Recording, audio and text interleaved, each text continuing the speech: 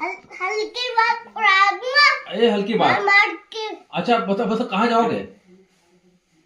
कहाँ जाओगे? कहाँ जाना है? हाँ? गाड़ी के पास। अरे कौन से, प्रधान जी के पास? नहीं, गाड़ी के पास। चलो चलो। नहीं। हाँ, प्रधान जी के पास नहीं, गाड़ी के पास। प्रधान जी के पास नहीं जाओगे? हाँ, गाड़ी के पास। कौन गाड़ी के पास? ऐसी। तो चलो बोलो, ट्रेन का हॉर्न दो।